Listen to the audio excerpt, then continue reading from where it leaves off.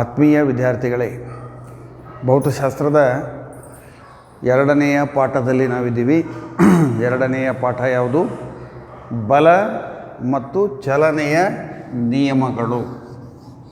ಬಲ ಮತ್ತು ಚಲನೆಯ ನಿಯಮಗಳು.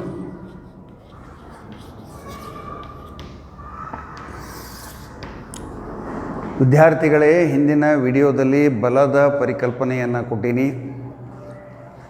ಬಲವು ಅಗೋಚರ, ಅನುಭವಕ್ಕೆ ಬರೋದಿಲ್ಲ. ಬಲದ ಪರಿಣಾಮಗಳನ್ನು ಮಾತ್ರ ನಾವು ನೋಡ್ತೀವಿ. ಆಮೇಲೆ ಒಂದು ಕಾಯದ ಮೇಲೆ ಬಲ ವರ್ತಿಸುತ್ತಿದೆ, ಆ ಕಾಯದ ಸ್ಥಿತಿಯಲ್ಲಿ ಬದಲಾವಣೆಯಾಯಿತು. ಯಾವ ಕ್ರಿಯೆಗಳಿಂದ? ಎಳೆಯುವುದು, ತಳ್ಳುವುದು, ಹೊಡೆಯುವುದು. ಇನ್ನು ಬಲದ ಪರಿಣಾಮಗಳು ಏನೇನು? ಕಾಯದ ಚಲನೆಯಲ್ಲಿ ಕಾಯವು ಚಲನೆಯನ್ನು ಹೆಚ್ಚಾದರೂ ಮಾಡ್ಕೋಬೋದು, ಕಡಿಮೆಯಾದರೂ ಮಾಡ್ಕೋಬೋದು. ಆಮೇಲೆ ದಿಕ್ಕಿನಲ್ಲಾದರೂ ಬದಲಾವಣೆಯನ್ನು ಮಾಡ್ಕೋಬೋದು. ಆಮೇಲೆ ಬಲದ ಪರಿಣಾಮ ಆಕಾರದಲ್ಲಿ ಬದಲಾವಣೆ, ಗಾತ್ರದಲ್ಲಿ ಬದಲಾವಣೆ, ಉದ್ದದಲ್ಲಿ ಹೆಚ್ಚಳ. ಹೀಗೆ ಬಲದ ಪರಿಣಾಮಗಳನ್ನು ನಾವು ನೋಡಿ. ಸೊ ವಿದ್ಯಾರ್ಥಿಗಳೇ, ಇಲ್ಲಿ ಮುಂದೆ ಬಲದಲ್ಲಿಯ ಎರಡು ಪ್ರಮುಖ ವಿಧಗಳು. ಬಲದ ಎರಡು ಪ್ರಮುಖ ವಿಧಗಳು ಯಾವ್ಯಾವ್ರಿ? ಸಂತುಲಿತ ಬಲ, ಸಂತುಲಿತ ಬಲ, ಇನ್ನೊಂದು ಅಸಂತುಲಿತ ಬಲ. ಎರಡು ವಿಧಗಳು. ಸಂತುಲಿತ ಬಲ ಅಂದರೆ ಅದೇ ಸ್ಥಿತಿಯಲ್ಲಿ ಕಾಯ ಮುಂದುವರಿಯುವುದು, ಅಂದರೆ ಅದರ ಫಲಿತ ಬಲ, ಒಟ್ಟಾರೆ ಬಲ ಶೂನ್ಯ. ಆ ಶೂನ್ಯ ಫಲಿತ ಬಲವನ್ನು ನೀವು ಚೇಂಜ್ ಮಾಡಿಬಿಟ್ರೆ ಬಾಹ್ಯ ಅಸಂತುಲಿತ ಬಲ ಪ್ರಯೋಗ ಆಯಿತು ಅಂತಂದರೆ ಆವಾಗ ಕಾಯ ಏನನ್ನಾದರೂ ಗಳಿಸಿಕೊಳ್ಳುತ್ತೆ. ವೇಗವನ್ನು ಗಳಿಸಿಕೊಳ್ಳುತ್ತೆ, ವೇಗವನ್ನು ಕಡಿಮೆ ಮಾಡಿಕೊಳ್ಳುತ್ತೆ, ದಿಕ್ಕನ್ನು ಬದಲಿಸಿಕೊಳ್ಳುತ್ತೆ, ಆಕಾರವನ್ನು ಬದಲಿಸಿಕೊಳ್ಳುತ್ತೆ, ಏನನ್ನಾದರೂ ಮಾಡಿಕೊಳ್ಳುತ್ತದೆ. ಅರ್ಥ ಆಯ್ತಾ? ಸೊ ಇದು ಸಂತುಲಿತ ಬಲ.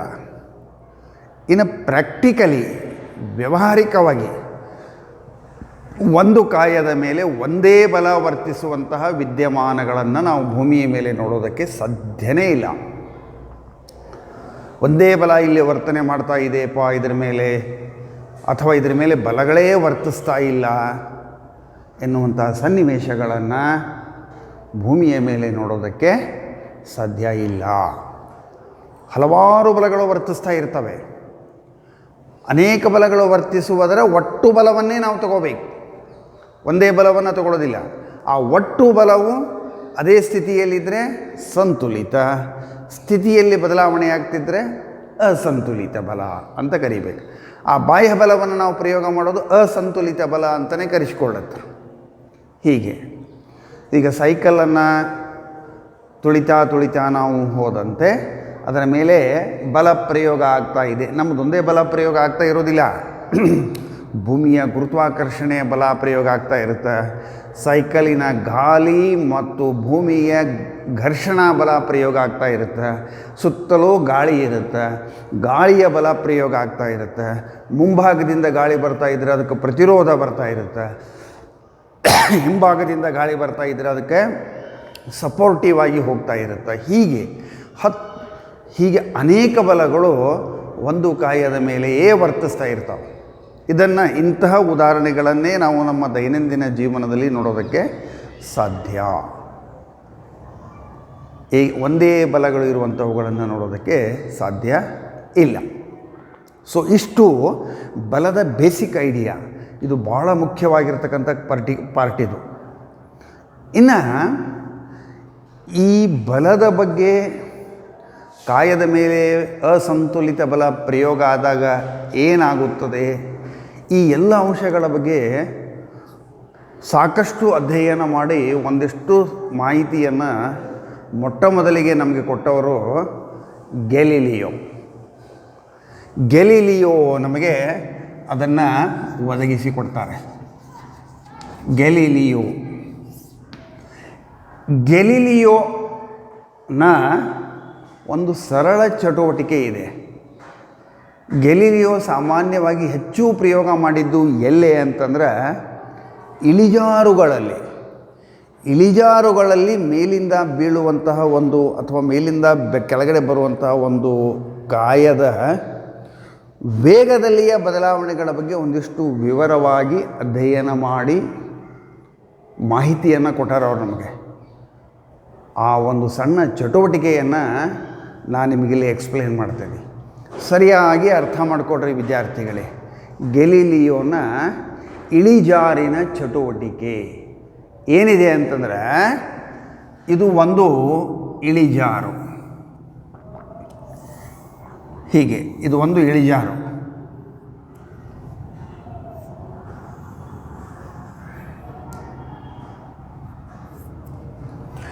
ಈ ಇಳಿಜಾರಿನ ಮೇಲೆ ಇದು ಒಂದು ಇಳಿಜಾರು ಅಂತ ಹಿಂಗೆ ತಿಳ್ಕೊಂಬಿಡೋಣ. ಇದರ ಮೇಲೆ ಒಂದು ಗೋಲಿಯನ್ನು ಇಡ್ತೀನಿ ನಾನು. ಲಕ್ಷಿಟ್ಟು ನೋಡ್ರಿ ವಿದ್ಯಾರ್ಥಿಗಳೇ. ಇಳಿಜಾರದ ಒಂದು ತುದಿಯ ಮೇಲೆ ಗೋಲಿಯನ್ನು ಇಟ್ಟು ನಾನು ಕೈ ಬಿಟ್ಟರೆ ಈ ಇಳಿಜಾರದ ಗುಂಟ ಗೋಲಿಯು ಚಲಿಸಿ ಕೆಳಗಡೆ ಬಂದು ಸ್ವಲ್ಪ ದೂರಕ್ಕೆ ಹೋಗಿ ನಿಲ್ಲುತ್ತದೆ. ಇದನ್ನು ನಾವು ವ್ಯಾವಹಾರಿಕವಾಗಿ ನೋಡ್ತೀವಿ. ಕರೆಕ್ಟಾ? ಏನೇನು? ಒಂದು ಇಳಿಜಾರಿನ ಮೇಲೆ ಮೇಲ್ತುದಿಯಿಂದ ಒಂದು ಗೋಲಿಯನ್ನು, ಕಬ್ಬಿಣದ ಗುಂಡನ್ರಿ, ಕಾಜಿನ ಗುಂಡು ಅನ್ರಿ, ಇದರ ಮೇಲಿಂದ ನಾನು ಕೈ ಬಿಟ್ಟರೆ ಆ ಇಳಿಜಾರದ ಗುಂಟ ಬಂದು ನೆಲದ ಮೇಲೆ ಚಲಿಸಿ ಸ್ವಲ್ಪ ದೂರ ಹೋಗಿ ನಿಲ್ಲುತ್ತದೆ. ಏಕೆ ನಿಂತು? ಗೋಲಿಯು ಭೂಮಿಯ ಮೇಲೆ ಚಲಿಸುವಾಗ ಭೂಮಿಯ ಗುರುತ್ವಾಕರ್ಷಣ ಬಲ ಅದರ ಮೇಲೆ ಪ್ರಯೋಗ ಆಗ್ತಾ ಇರುತ್ತೆ. ಇದು ಗುರುತ್ವಾಕರ್ಷಣ ಬಲ, ಆಮೇಲೆ ಭೂಮಿಯ ಘರ್ಷಣಾ ಬಲ, ವಿರುದ್ಧವಾಗಿ ವರ್ತಿಸುವಂಥ ಘರ್ಷಣಾ ಬಲ ಇದನ್ನು ತಡೆಯುತ್ತದೆ ಅಂತ ಅರ್ಥ. ಗೆಲಿಲಿಯೋ ಒಂದು ಕಲ್ಪನೆಯನ್ನು ಮಾಡ್ಕೋತಾರೆ ಅವರು. ಏನು ಕಲ್ಪನೆಯನ್ನು ಮಾಡ್ಕೋತಾರಂತಂದರೆ, ಘರ್ಷಣಾರಹಿತವಾದ ಒಂದು ಪ್ರಯೋಗವನ್ನು ನಾವು ಮಾಡ್ತಾ ಇದ್ದೀವಿ ಅಂತ ತಿಳ್ಕೊಂಬಿಡೋಣ. ಘರ್ಷಣಾರಹಿತ ಪ್ರಯೋಗ, ಎಲ್ಲಿಯೂ ಘರ್ಷಣೆ ಇಲ್ಲ, ಘರ್ಷಣೆ ಇರಲಾರ್ದಂಥ ಒಂದು ಪ್ರಯೋಗವನ್ನು ನಾವು ಮಾಡ್ತಾ ಹೋದರೆ ಅವರು ಏನು ಮಾಡ್ತಾರಂತಂದರೆ, ಇದರ ಎದುರುಗಡೆ ಇನ್ನೊಂದು ಇಳಿಜಾರನ್ನು ಇಡ್ತಾರೆ. ಅಷ್ಟೇ ಓರೆಯಾಗಿರುವಂತಹ ಇನ್ನೊಂದು ಇಳಿಜಾರನ್ನು ಇಡ್ತಾರೆ. ಅವರು ಹಲವಾರು ಪ್ರಯೋಗಗಳನ್ನು ಕೈಗೊಳ್ಳುತ್ತಾರೆ. ಲಕ್ಷ್ಯ ಕೊಡ್ರಿ ನನ್ನ ಕಡೆಗೆ. ಅವರ ಕಲ್ಪನೆ ಏನಿದೆ? ಘರ್ಷಣಾರಹಿತ, ಎಲ್ಲಿಯೂ ಘರ್ಷಣೆ ಇಲ್ಲ ಅಂತ ನಾನು ತಿಳ್ಕೊಂಡು ಈ ಗೋಲಿಯನ್ನು ಬಿಟ್ಟರೆ ಏನು ನಡೆಯಬಹುದು ಎನ್ನುವ ಅಂಶಗಳನ್ನು ಅವರು ಕುತೂಹಲಕಾರಿಯಾಗಿ ಪಟ್ಟಿ ಮಾಡ್ತಾರೆ. ಏನು? ಅದನ್ನು ಇನ್ನೊಂದು ನಿಮಗೆ ಚಿತ್ರದ ಮೂಲಕನೂ ತೋರಿಸ್ತೀನಿ ನಾನು. ಹೀಗೆ ಈ ಗೋಲಿಯನ್ನು ನೀವು ಮೇಲಿಂದ ಕೆಳಗಡೆ ಕೈ ಬಿಟ್ಟರೆ ಆ ಗೋಲಿ ಕೆಳಗೆ ಬಂದಂತೆ ವೇಗವನ್ನು ಗಳಿಸುತ್ತದೆ. ಏಕೆ ವೇಗವನ್ನು ಗಳಿಸುತ್ತದೆ? ಭೂಮಿಯ ಗುರುತ್ವಾಕರ್ಷಣೆಯ ಬಲದಿಂದ ಗಳಿಸುತ್ತದೆ. ಇದರದ್ದು ಮುಂದಿನ ಪಾಠದಲ್ಲಿ ನಾವು ಅಭ್ಯಾಸ ಮಾಡ್ತೀವಿ. ಅದು ಈಗ ಬೇಡ, ಆದರೆ ಅದು ವೇಗವನ್ನು ಗಳಿಸುತ್ತದೆ. ಇದರ ವಿರುದ್ಧ ಇದು ಮೇಲೆ ಹತ್ತುವಾಗ ವೇಗದಲ್ಲಿ ಕಡಿಮೆಯಾಗುತ್ತದೆ. ಇದು ಕಾನ್ಸೆಪ್ಟ್. ಇಲ್ಲಿ ಅವರು ಘರ್ಷಣೆ ಇಲ್ಲ ಅಂತ ತಿಳ್ಕೊಂಡಾರ.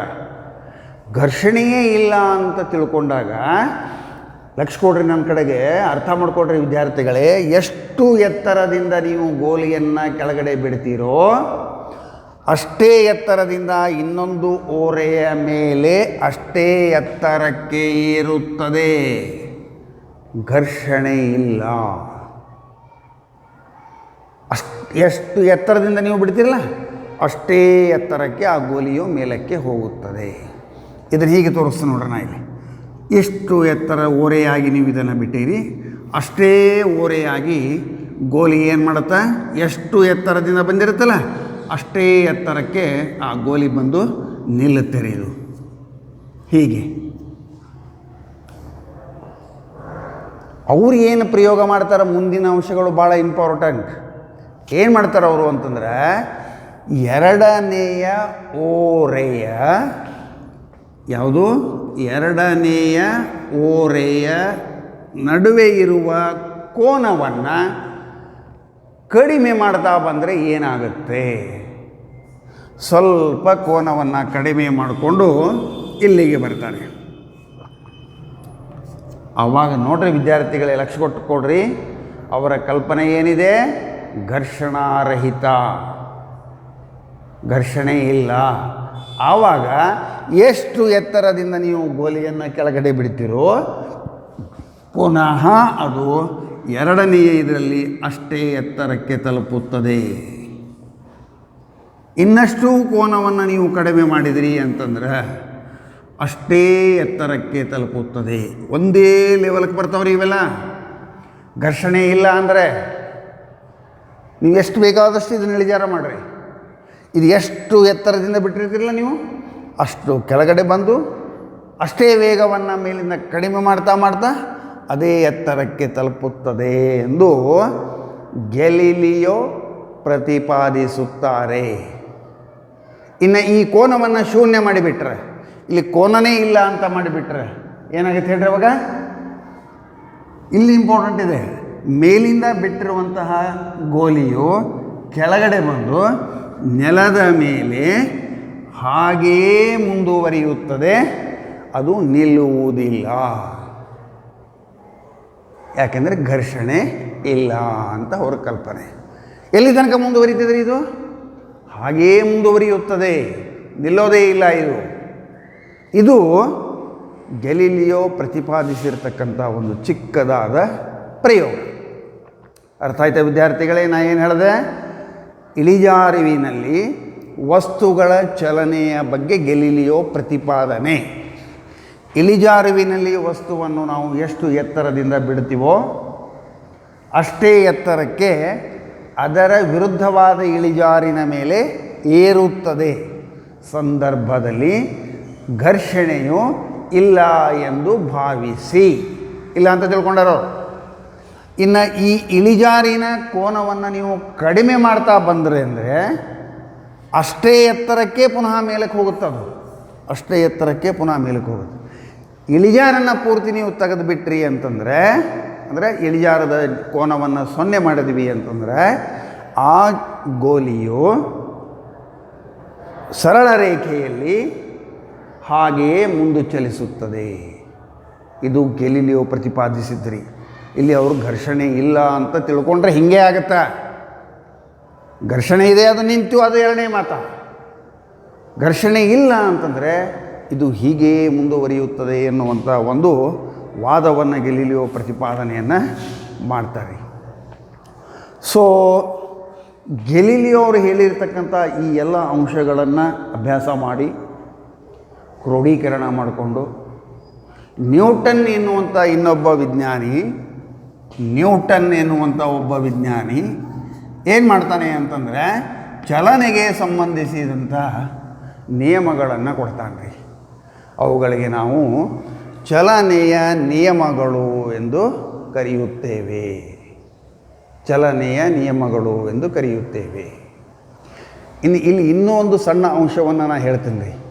ಏನು ಅಂತಂದರೆ, ಇದು ಹೀಗೆಯೇ ಏಕೆ ಮುಂದುವರಿತು ಅಂತಂದರೆ ಅದರ ಮೇಲೆ ಯಾವುದೇ ರೀತಿಯ ಬಾಹ್ಯ ಬಲ ಇಲ್ಲ, ಸಂತುಲಿತ ಬಲ ಇದೆ, ಅದಕ್ಕೆ ಅದು ಹಾಗೆ ಮುಂದುವರಿತಾ ಇದೆ.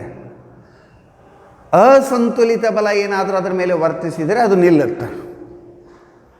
ಆ ಅಸಂತುಲಿತ ಬಲವೇ ಘರ್ಷಣಾ ಬಲ. ಘರ್ಷಣಾ ಬಲವೇ ಅಸಂತುಲಿತ ಬಲ. ಅಂದರೆ ಬಾಹ್ಯ ಬಲ ಪ್ರಯೋಗ ಆಗದೇ ಇದ್ದರೆ ಅದು ಅದೇ ಸ್ಥಿತಿಯಲ್ಲಿಯೇ ಮುಂದುವರಿಯುತ್ತದೆ ಎನ್ನುವಂಥ ವಾದವನ್ನು ಗ್ಯಾಲಿಲಿಯೋ ಕೊಟ್ಟರಿ. ಹೊರಗಿನಿಂದ ಬಲ ಪ್ರಯೋಗ ಆಗಬೇಕು ಅಂದರೆ ಅದು ತನ್ನ ಸ್ಥಿತಿಯನ್ನು ಬದಲಿಸಿಕೊಳ್ಳುತ್ತದೆ ಎನ್ನುವುದು ಗ್ಯಾಲಿಲಿಯೋ ಅವರ ವಾದ. ಅದೇ ಎಲ್ಲ ಅಭಿಪ್ರಾಯಗಳನ್ನು ಸಂಗ್ರಹ ಮಾಡಿಕೊಂಡು ನ್ಯೂಟನ್ ಹೇಳ್ತಾನೆ, 3 ನಿಯಮಗಳನ್ನು ಕೊಡ್ತಾನೆ. ಅದು ಚಲನೆಯ ನಿಯಮಗಳು ಅಂತ ಕರಿತೀವಿ ನಾವು. ಹಾಗಾದರೆ ನ್ಯೂಟನ್ ಚಲನೆಯ 1ನೆಯ ನಿಯಮ ಏನು ಅಂತಂದರೆ ಇದರ ಬಗ್ಗೆಯೇ ಮಾತನಾಡ್ತಾನವ ನ್ಯೂಟನ್. ಏನು ಹೇಳ್ತಾನಂತಂದರೆ ಸ್ಥಿತಿ ಬದಲಾವಣೆಗಾಗಿ ಯಾವುದೇ ಬಾಹ್ಯಬಲ ಪ್ರಯೋಗವಾಗದ ಹೊರತು ಸ್ಥಿತಿ ಬದಲಾವಣೆಗಾಗಿ ಯಾವುದೇ ಬಾಹ್ಯಬಲ ಪ್ರಯೋಗವಾಗದ ಹೊರತು ಯಾವುದೇ ಬಲ ಪ್ರಯೋಗವಾಗದ ಹೊರತು ಕಾಯವು ನಿಶ್ಚಲ ಸ್ಥಿತಿಯಲ್ಲಿಯೇ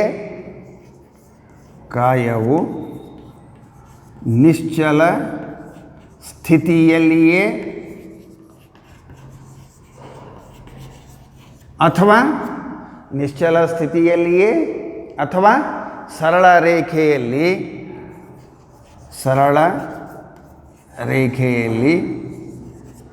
ಹೇಗೆ ಹೋಗುತ್ತೆ? ಏಕರೂಪ ವೇಗದ ಚಲನೆಯಲ್ಲಿಯೇ ಏಕರೂಪದ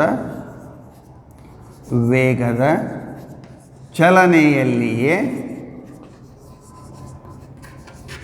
ಮುಂದುವರಿಯುತ್ತದೆ.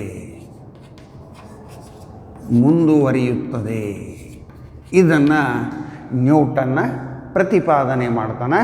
ಇದಕ್ಕೇನಂತ ಕರೀತಾನೆ? ಮೊದಲನೆಯ ನಿಯಮ ಅಂತ ಕರೀತಾನೆ. ಅದರ ಮೊದಲನೆಯ ನಿಯಮ ಚಲನೆಯ ಮೊದಲನೆಯ ನಿಯಮ ಏನಿದೆ ರೀ? ಸ್ಥಿತಿ ಬದಲಾವಣೆಗಾಗಿ ಯಾವುದೇ ಬಾಹ್ಯಬಲ ಪ್ರಯೋಗವಾಗದ ಹೊರತು ಕಾಯ ಏನು ಮಾಡುತ್ತೆ? ನಿಶ್ಚಲ ಸ್ಥಿತಿಯಲ್ಲಿಯೇ ಅಥವಾ ಸರಳ ರೇಖೆಯಲ್ಲಿ ಏಕರೂಪದ ವೇಗದ ಚಲನೆಯಲ್ಲಿಯೇ ಮುಂದುವರಿಯುತ್ತದೆ. ಇದು ಗೆಲಿಲಿಯೋ ಪ್ರಯೋಗ. ಏಕರೂಪದ ಚಲನೆಯಲ್ಲಿಯೇ ಮುಂದುವರಿಯುತ್ತದೆ. ಎಲ್ಲಿ ತನಕ ರೀ? ಅದರ ಮೇಲೆ ಬಾಹ್ಯ ಬಲ ಪ್ರಯೋಗವಾಗದ ಹೊರತು, ಹೊರಗಡೆಯಿಂದ ಒಂದು ಬಲ ಪ್ರಯೋಗ ಆಗದ ಹೊರತು ಅದೇ ಸ್ಥಿತಿಯಲ್ಲಿಯೇ ಮುಂದುವರಿಯುತ್ತದೆ. ಇದು ಸ್ಥಿತಿ ಬದಲಾವಣೆ ಅಂತ ಕರೆಸಿಕೊಳ್ಳುತ್ತೆ. ಸ್ಥಿತಿ ಬದಲಾವಣೆಯಾಗಬೇಕಾದರೆ ಅಂದರೆ ಚಲಿಸುತ್ತಿದ್ದರೆ ವೇಗವನ್ನು ಹೆಚ್ಚಿಸಿಕೊಳ್ಳೋದು, ಕಡಿಮೆ ಮಾಡೋದು, ದಿಕ್ಕನ್ನು ಬದಲಿಸಿಕೊಳ್ಳೋದು, ಇದು ಸ್ಥಿತಿ ಬದಲಾವಣೆ. ಈ ಸ್ಥಿತಿ ಬದಲಾವಣೆಗೆ ಬಾಹ್ಯಬಲದ ಪ್ರಯೋಗ ಆಗಲೇಬೇಕು. ಬಾಹ್ಯಬಲದ ಪ್ರಯೋಗ ಆಗಲಿಲ್ಲ ಅಂತಂದರೆ ಕಾಯ ಅದೇ ಸ್ಥಿತಿಯಲ್ಲಿಯೇ ಮುಂದುವರಿಯುತ್ತದೆ. ಅದನ್ನು ಏನು ಮಾಡೋಕ್ಕಾಗಂಗಿಲ್ಲ ನಾವು. ಅದನ್ನು ಇಲ್ಲಿ ಗೆಲಿಲಿಯೋ ಪ್ರತಿಪಾದನೆ ಮಾಡಿದರೆ ಅವರು ಇಳಿಜಾರಿನ ಪ್ರಯೋಗದಲ್ಲಿ ಮೇಲಿನಿಂದ ಕೆಳಗಡೆ ಬಿಟ್ಟಿರ್ತಕ್ಕಂಥ ಗೋಲಿಯು ಇಳಿಜಾರುವಿನಲ್ಲಿ ಘರ್ಷಣೆ ಇಲ್ಲ ಅಂತ ನಾವು ತಿಳ್ಕೊಂಡ್ರೆ ಚಲನೆಯಲ್ಲಿ ಈ ಸರಳ ರೇಖೆಯಲ್ಲಿ ಹಾಗೆಯೇ ಮುಂದುವರಿಯುತ್ತದೆ ಎನ್ನುವಂಥ ವಾದವನ್ನು ಗೆಲಿಲಿಯೋ ಹೇಳಿದರು. ಅದನ್ನೇ ಒಂದು ನಿಯಮದಂತೆ ನ್ಯೂಟನ್ ಪ್ರತಿಪಾದಿಸಿದ್ದಾನೆ.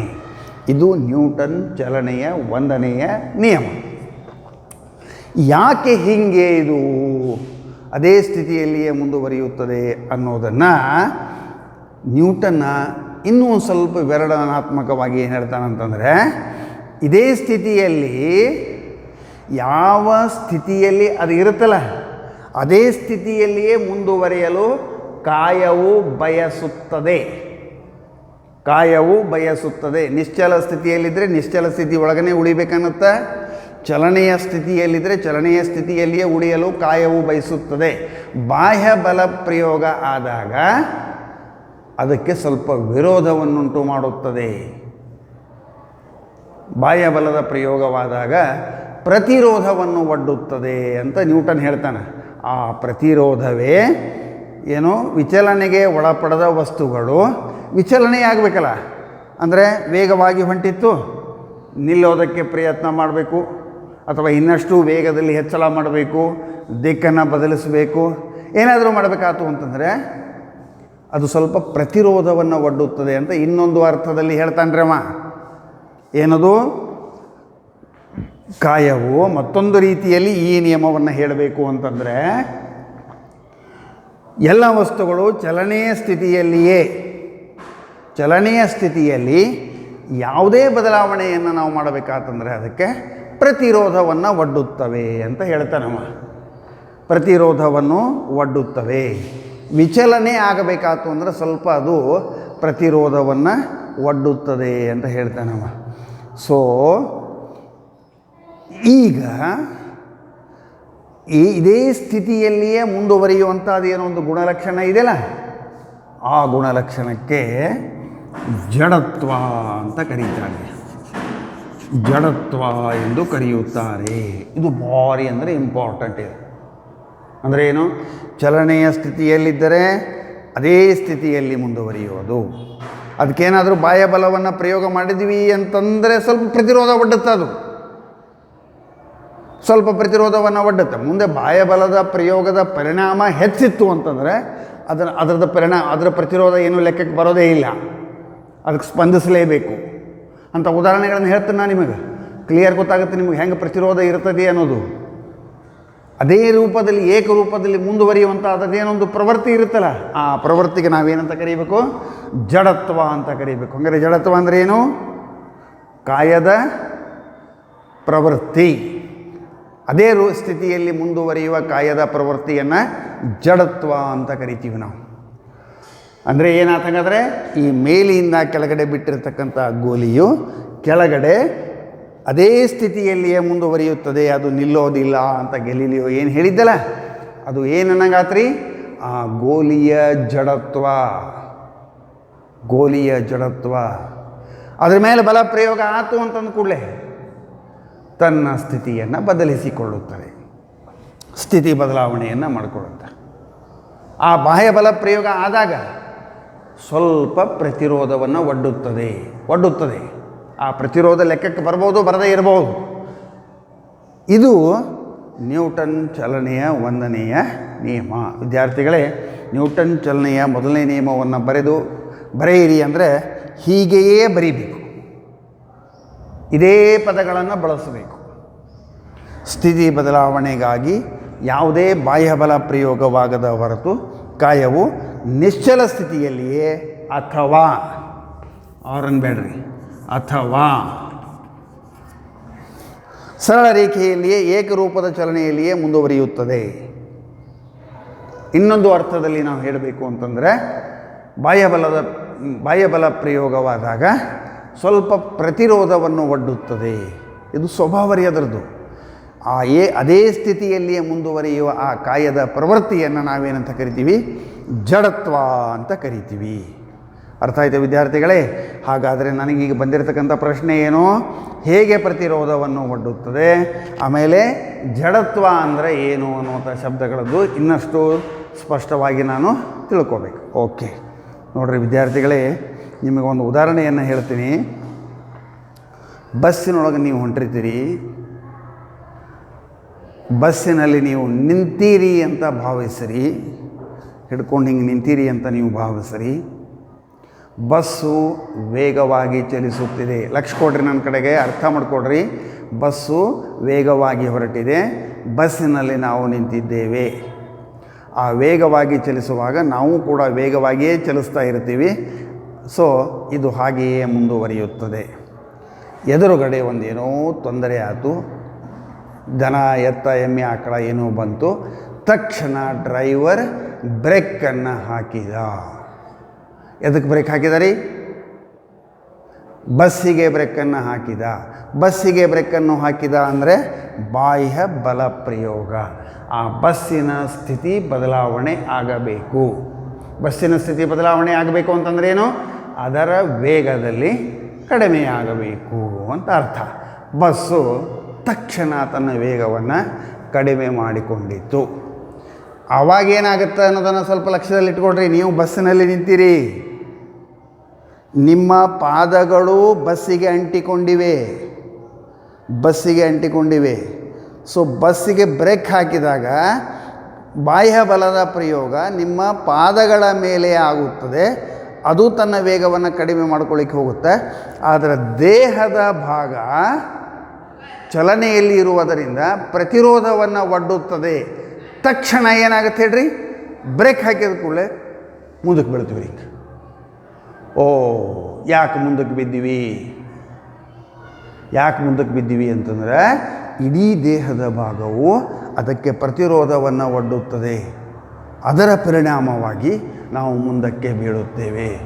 ಇಲ್ಲ ಅಂದರೆ ಹಾಗಾದ್ರೆ ನಾವು ಇದೇ ಸ್ಥಿತಿಯೊಳಗನೆ ಮುಂದುವರಿಬೇಕು ಅಂತೇಳಿ ನಮ್ಮ ದೇಹ ಬಯಸುತ್ತೆ ಇಲ್ಲ.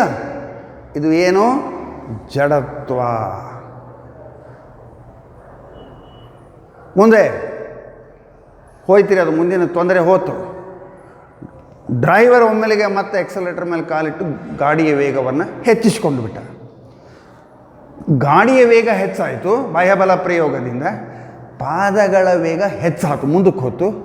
ದೇಹ ಹೊಂದ್ಕೊಳ್ಳಿಲ್ಲ, ಹಿಂದಕ್ಕೆ ಬಿದ್ದೀವ್ರಿ, ಹಿಂದಕ್ಕೆ ಬೀಳುತ್ತೇವೆ. ಜಡತ್ವ ಎಷ್ಟು ಚಂದಿದೆ ನೋಡ್ರಿ. ನಮ್ಮ ದೇಹ ಪ್ರತಿರೋಧವನ್ನು ಒಡ್ಡುತ್ತದೆ, ದೇಹ ಪ್ರತಿರೋಧವನ್ನು ಒಡ್ಡುತ್ತದೆ. ಹಿಂದಕ್ಕೂ ಮುಂದಕ್ಕೂ ಒಮ್ಮೆಲಿಗೆ ತಕ್ಷಣ ಬ್ರೇಕ್ ಹಾಕಿದ್ಕೊಳ್ಳಿ. ನಾವು ಹಿಂಗೆ ಬ್ರೇಕ್ ಹಾಕಿ ನಿಂತಾಗ ಮಾಡೋದು. ಬಾಹ್ಯಬಲ ಪ್ರಯೋಗ ಆಯಿತು ಅಂತಂದರೆ ಪ್ರತಿರೋಧವನ್ನು ಒಡ್ಡುತ್ತದೆ. ಆ ಪ್ರತಿರೋಧ ಲೆಕ್ಕಕ್ಕೆ ಬರೋದಿಲ್ಲ. ಅದರ ಪರಿಣಾಮವಾಗಿ ನಾವು ಮುಂದಕ್ಕೆ ಬೀಳ್ತೀವಿ. ಒಮ್ಮೊಮ್ಮೆ ಏನಾಗುತ್ತೆ, ಹೋಗಿ ಕುತ್ತವ್ರ ಮೇಲೆ ಬೀಳ್ತೀವಿ, ಅಥವಾ ಸೀಟಿನೊಳಗಡೆ ಸೀಟಿನ ಮೇಲೆ ನಾವು ಕುಳಿತಿದ್ವಿ, ಏನೂ ಹಿಡ್ಕೊಳ್ಳಾರ್ದು ಹಂಗೆ ಕೂತಿದ್ವಿ ಅಂತಂದ್ರೆ ಬ್ರೇಕ್ ಹಾಕಿದ್ದು ನಮ್ಗೆ ಗೊತ್ತಾಗಲಿಲ್ಲ ಅಂದ್ರೆ ಹೋಗಿ ಮುಂದೆ ತಲೆ ಹೊಡ್ಕೊಳ್ಳೋ ಸಾಧ್ಯ, ಹಲ್ಲುಗಳು ಹೊಡೆಯೋ ಸಾಧ್ಯತೆಗಳಿರ್ತಾವೆ. ಈ ಸ್ಥಿತಿ ಬರುತ್ತೆ, ಹೌದೇನಲ್ಲ? ಸೊ ಇದು ಜಡತ್ವ ಮತ್ತು ಪ್ರತಿರೋಧ ಒಡ್ಡುವುದು ಎರಡನ್ನೂ ಕುರಿತು ವಿವರಣೆ ಕೊಡ್ತಾ ಇದ್ದೀನಿ ಈಗ ನಾನು. ಅರ್ಥ ಆಯ್ತಾ? ಸೊ ಹೀಗೆ ಮುಂದುವರಿಯುತ್ತೆ. ಈಗ ನಿಮ್ಗೆ ಇನ್ನೊಂದು ಉದಾಹರಣೆ ಹೇಳ್ತೀನಿ ನೋಡಿರಿ. ನೀವು ಕೇರಮ್ ಬೋರ್ಡ್ ಆಟ ಆಡ್ತಿರ್ತಿರಲ್ಲ, ಆ ಕೇರಮ್ ಬೋರ್ಡ್ ಆಟ ಆಡೋ ಹೊತ್ತೊಳಗೆ ಆ ಕಾಯಿನ್ಸ್ಗಳನ್ನು ಒಂದ್ರ ಮೇಲೆ ಒಂದು ಹಿಂಗೆ ಜೋಡಿಸಿಡ್ರಿ. ಕೇರಮದು ಕಾಯಿನ್ಸ್ ಇರ್ತಾವಲ್ಲ, ಒಂದ್ರ ಮೇಲೆ ಒಂದು ಹಿಂಗೆ ಕಾಯಿನ್ಸ್ ಇಡ್ರಿ. ಸ್ಟ್ರೈಕರ್ ತೊಗೊಂಡು ಒಂದು ಕಡೆ ಇಟ್ಟು ಜೋರಾಗಿ ಕೆಳಗಿನ ಕಾಯಿನ್ಸಕ್ಕೆ ಹೊಡೀರಿ. ಕೆಳಗಿನ ಕಾಯಿನ್ಸಕ್ಕೆ ನೀವು ಹೊಡೆದ್ರೆ ಅದು ಒಂದೇ ಜಿಗಿದು ಮುಂದಕ್ಕೆ ಹೋಗುತ್ತೆ ರೀ, ಅದು ಒಂದೇ ಜಿಗಿದು ಮುಂದಕ್ಕೆ ಹೋಗುತ್ತೆ. ಬಾಹ್ಯಬಲ ಪ್ರಯೋಗ ಆದಾಗ ಅದು ತನ್ನ ಸ್ಥಿತಿಯನ್ನು ಬದಲಾವಣೆ ಮಾಡಿಕೊಂಡಾಗ ಉಳಿದೆಲ್ಲ ಕಾಯಿನ್ಗಳು ಅದೇ ಸ್ಥಿತಿಯಲ್ಲಿ ಮುಂದುವರಿಯೋದಕ್ಕೆ ಪ್ರಯತ್ನ ಪಡ್ತಾವ್ರಿ ಅವು. ಮತ್ತು ಕೆಳಗೆ ಯಾಕೆ ಬಿದ್ದು ರೀ? ಆಯ ತಪ್ಪಿ ಕೆಳಗೆ ಬಿದ್ದು. ಯಾಕೆಂದರೆ ಒಂದೇ ಬಲ ಇರೋದಿಲ್ಲ ಅಂತ ಹೇಳಿದ್ನಲ್ಲ ನಾನು. ಆಯ ಬ್ಯಾಲೆನ್ಸ್ ತಪ್ಪಿತು, ಅದಕ್ಕೆ ಅವೆಲ್ಲ ಕೆಳಗಡೆ ಬಿದ್ದು. ಹೊರತು ಅದಕ್ಕೆ ಹೊಡೆದೀವಿ ಅಂತ ತಿಳ್ಕೊಂಡು ಅದ್ರ ಜೋಡಿ ಉಳಿದುದೆಲ್ಲನೂ ಮುಂದಕ್ಕೆ ಹೋಗಲಿಲ್ಲ. ಅದೇ ಸ್ಥಿತಿಯಲ್ಲಿ ಇವು ಕಾಯಿನ್ಗಳು ಮುಂದುವರಿಯೋದಕ್ಕೆ ಪ್ರಯತ್ನ ಪಡ್ತಾವ್ರಿ. ಜಡತ್ವ, ಜಡತ್ವದ ಗುಣಲಕ್ಷಣ ಇದು. ಸೊ ಇದನ್ನು ನೀವು ಅತ್ಯಂತ ಸಣ್ಣ ಸಣ್ಣ ಉದಾಹರಣೆಗಳಿಂದ ಹಿಡಿದು ದೊಡ್ಡ ಉದಾಹರಣೆಗಳ ತನಕ ನೀವು ಇದನ್ನು ಬಳಸೋದು. ಆಕಾಶಕಾಯಿಗಳು ಭೂಮಿಯು ಸೂರ್ಯನನ್ನು ಸುತ್ತುತ್ತದೆ, ಏಕರೂಪ ವೇಗದಲ್ಲಿ ಭೂಮಿಯನ್ನು ಸುತ್ತುತ್ತಾ ಇದೆ. ಇದು ಹೀಗೆಯೇ ಮುಂದುವರಿಯುತ್ತದೆ. ಯಾಕಂದರೆ ಅದರ ಮೇಲೆ ಯಾವುದೇ ಬದಲಾವಣೆ, ಬಾಹ್ಯಬಲದ ಪ್ರಯೋಗ ಇಲ್ಲ. ಅಕಸ್ಮಾತ್ ನೀವು ಏನಾದರೂ ಭೂಮಿಯ ಸುತ್ತುವಿಕೆಯನ್ನು ಚೇಂಜ್ ಮಾಡಬೇಕು ಅಂದರೆ, ಚಂದ್ರ ಭೂಮಿಯನ್ನು ಸುತ್ತುವುದನ್ನು ನೀವು ಬದಲಿಸಬೇಕಾಗಿತ್ತು ಅಂತಂದರೆ ಏನಾಗಲೇಬೇಕು ರೀ? ಬಾಹ್ಯಬಲದ ಪ್ರಯೋಗ ಆಗಬೇಕು. ಅಲ್ಲಿ ತನಕ ಅದು ಹಾಗೆಯೇ ಮುಂದುವರಿಯುತ್ತದೆ. ಜಡತ್ವ ಹಾಗೆಯೇ ಮುಂದುವರಿಯುತ್ತದೆ. ನೋಡ್ರಿ ಎಷ್ಟು ಇಂಪಾರ್ಟೆಂಟ್ ಇದೆ ಚಲನೆಯ ನಿಯಮ ಇದು. ಅರ್ಥ ಆಯ್ತಾ? ಓಕೆ. ಸೊ ಇನ್ನು ಈ ಜಡತ್ವ ಇನ್ನೂ ಒಂದು 2-3 ಉದಾಹರಣೆಗಳನ್ನು ನಾನು ನಿಮಗೆ ಎಕ್ಸ್ಪ್ಲೈನ್ ಮಾಡ್ಬೋದು. ನೀವು ಒಂದು ನೀರಿನ ಒಂದು ಗ್ಲಾಸ್ ತೊಗೊಳ್ಳೋದು, ಗ್ಲಾಸ್ ತೊಗೊಂಡು ಇದ್ರ ಮೇಲೆ ಒಂದು ರಟ್ಟು ಇಡ್ರಿ, ತೆಳುವಾದ ರಟ್ಟು ಇಡ್ರಿ. ಇದ್ರ ಮೇಲೆ ಒಂದು 5 ರೂಪಾಯಿ ನಾಣ್ಯ ಇಡ್ರಿ, 5 ರೂಪಾಯಿ ನಾಣ್ಯ ಇಡ್ರಿ. ಈ ಗ್ಲಾಸಿನ ರಟ್ಟನ್ನು ಸ್ವಲ್ಪ ಹೊಡೀರಿ. ಹಿಂಗೆ ಹೊಡೆದ ಕೂಡಲೇ ರಟ್ಟು ಮುಂದಕ್ಕೆ ಚಲಿಸುತ್ತದೆ ಬಾಹ್ಯಬಲ ಪ್ರಯೋಗದಿಂದ. ನೀವೇನಾದರೂ ಕಾಯಿನ್ ಮೇಲೆ ಬಲ ಪ್ರಯೋಗ ಮಾಡಿರೇನೋ? ಇಲ್ಲ. ಹಾಗಾದರೆ ಕಾಯಿನ್ ಏನು ಮಾಡಬೇಕು? ಅದೇ ಸ್ಥಿತಿಯಲ್ಲಿಯೇ ಮುಂದುವರಿಬೇಕು. ಹೇಗೆ? ಅಲ್ಲೇ ಉಳಿಬೇಕು. ಅದರ ಪರಿಣಾಮವಾಗಿ ಇಲ್ಲಿ ಕೆಳಗಡೆ ಬಂದು ಬೀಳುತ್ತದೆ. ಅದು ಯಾಕೆ ಬಿತ್ತು? ಆಯ ತಪ್ಪಿತು, ಬ್ಯಾಲೆನ್ಸ್ ತಪ್ಪಿತು. ಅದಕ್ಕೆ ಕೆಳಗಡೆ ಬೀಳೋದು ಬ್ಯಾಲೆನ್ಸ್ ತಪ್ಪಿದ್ದರಿಂದ. ಆದರೆ ರಟ್ಟು ಮುಂದಕ್ಕೆ ಚಲಿಸಿದ್ದು ಎದರಿಂದ? ಎಸ್, ಬಾಹ್ಯಬಲ ಪ್ರಯೋಗದಿಂದ.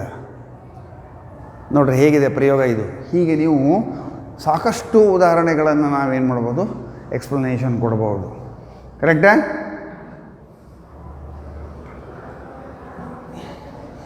ಅದಕ್ಕೆ ನೋಡ್ರಿ, ಕೆಲವೊಂದು ವಸ್ತುಗಳನ್ನು ಈ ಗುಣಲಕ್ಷಣಗಳನ್ನು ಅಭ್ಯಾಸ ಮಾಡಿಕೊಂಡೇ ಮಾಡಿರ್ತಾರೆ. ನೀವು ಚಹಾ ಕುಡಿಯೋ ಬಸಿ ಇರುತ್ತಲ್ಲ, ಪ್ಲೇಟ್, ಚಹಾ ಕುಡಿಯೋ ಬಸಿ ಕೆಳಗಡೆ ರೌಂಡಾಗಿ ಒಂದು ಇದನ್ನು ಮಾಡಿರ್ತಾರೆ, ಏನು ತೆಗ್ಗಗತೆ ಮಾಡಿರ್ತಾರೆ. ಅದರ ಒಳಗಡೆ ನೀವು ಕಪ್ಪನ್ನು ಇಟ್ಟರೆ ಸಾಮಾನ್ಯವಾಗಿ ಕಪ್ಪು ಬೀಳೋದಿಲ್ಲ.